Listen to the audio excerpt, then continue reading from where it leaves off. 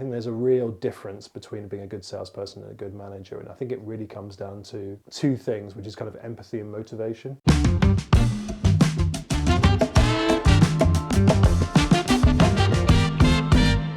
A subject that we've picked up on and discussed in the past is management versus sales, in the sense that not all good salespeople make good managers, because the attributes, the skill sets, the talent needed for the different jobs are two competing talents effectively. So just interested to take Jeremy's perspective on it, while we've got him here to, his take on sales moving to management and management moving to sales. What are your thoughts in the kind of area? I think there's always a trend that the best salesperson gets offered the management job first, which I think is just completely, back to front. The best salesperson should always be in a position where they're selling and should be, rewarded as a result of that. They may be selling to more lucrative accounts. They may be able to keep the comms a little bit longer, whatever it may be. If they're writing big numbers, they should be able to. Companies should be able to let them almost write their own tickets about how they're kind of remunerated for that. I think there's a real difference between being a good salesperson and a good manager, and I think it really comes down to two things, which is kind of empathy and motivation. To be a good manager, you have to have empathy, and you have to be able to motivate not just yourself, but 8, 10, 12 people. Whereas to be a good salesperson, you only really have to motivate yourself. You don't have to sit there next to the person going, "Go on, mate, let's smash out this next hour of calls," or that meeting's going to be an absolute blinder. You can be a great team player and you can still do that and be a good salesperson. But to be an actual manager, to be able to sit there and have a lot of people's careers in your hands and chart a career for them and say, you need this training on X, you're not very good at Y.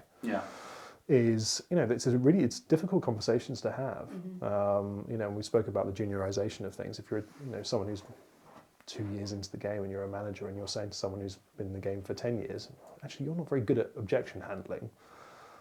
You may have been a great salesperson, but that person who's been in the game for 10 years may think you're Would be quite patronising for that person. Well, exactly. Yeah, it'd be tough to take. I've done this for some time, and if I had someone 2 years, I've been in it for 10 years, telling me how to do it, it depends on what they say, but I still think I'll push back and I'd fight. I think that's naturally in you. Experience kind of outweighs ideas to a degree, although that's not necessarily right.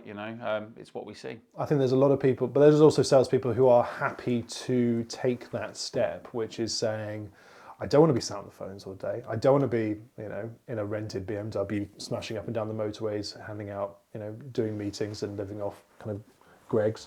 There's nothing wrong with Greg's. I was going to say, you sound like you spelled out my life just then. I got the BMW out there as well. Look at the state of me. I know my way around the Greg's. But people are happy to, they may have started a family, they may have settled down, they want a more maybe office-based job, they want more predictable hours, they may be more predictable income. And so if they have the skill set to be able to do that, but it has to fundamentally apply to, can they think strategically? What kind of manager are they going to be? Are they going to be micromanaging? Are they more the kind of executive, you go off and do your job, and if you get into trouble, I'll help you out, but as long as you're hitting your numbers, then Yeah, you've got man managers, you've got KPI managers, you've got different styles there, and you've got to, I guess, apply different styles to different people as well. And that's where experience, I think, is where the juniorization comes in and where it doesn't quite work out. You don't have the experience, the foresight to be able to say, well, that method doesn't work with this type of inquiry or issue with a staff member.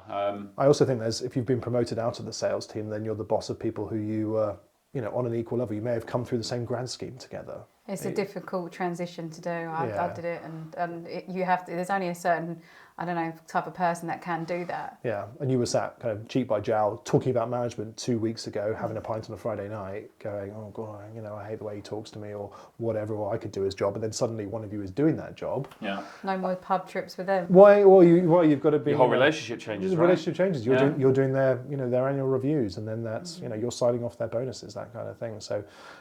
It's not all it's cracked up to be for certain people, but it's if you want that progression, then hopefully you're working in the business. It's a lonely life of a manager, isn't it? It really is. Yeah. It really is.